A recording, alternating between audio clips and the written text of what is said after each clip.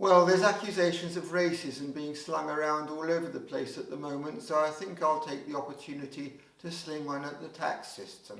Now, you might think that's crazy and far-fetched, but stay with me. This is mostly about Sweden, but it really applies in all the Western countries where governments get most of their revenue from taxes on wages or incomes or goods or services, or taxes on employers. This isn't a problem if you're employed, because the firm handles it at considerable expense, incidentally, but at least you don't have to engage with the authorities, apart from your annual return.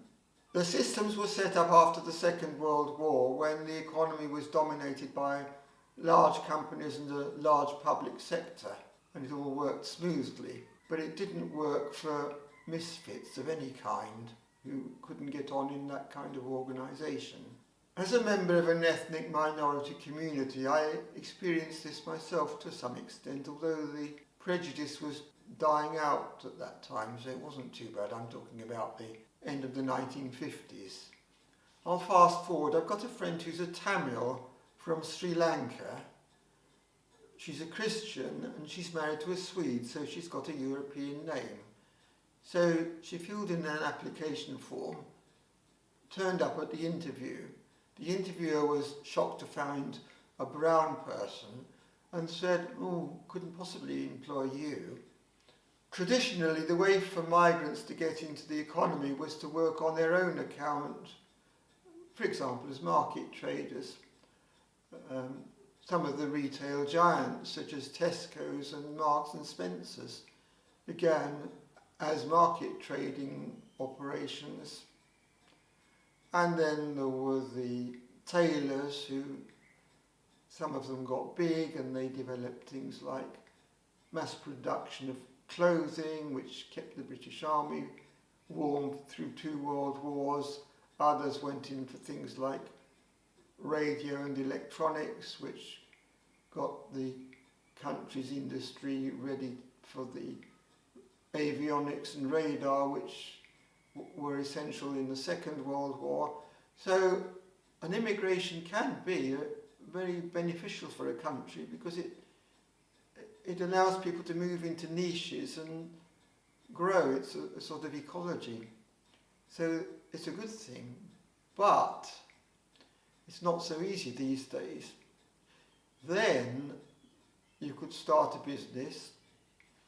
You wouldn't have to bother with the income tax or the value added or submit returns every year. They weren't interested in you.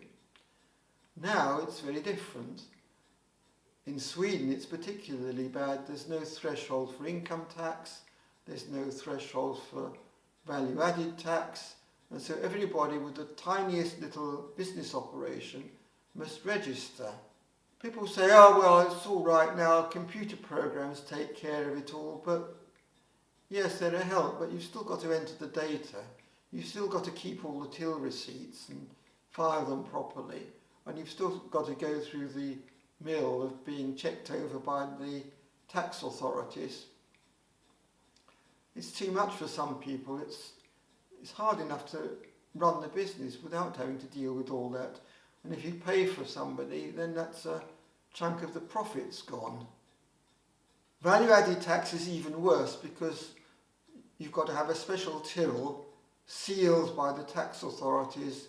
It needs an electricity supply, it needs to be protected from the weather, and then on top of that the draconian hygiene regulations. Put the two together, you've killed off market trading, and you've thereby deprived migrants of an important means of getting their foothold in the economy. Integration policies don't work. They've been killed off by the tax system. So the tax system really is racist.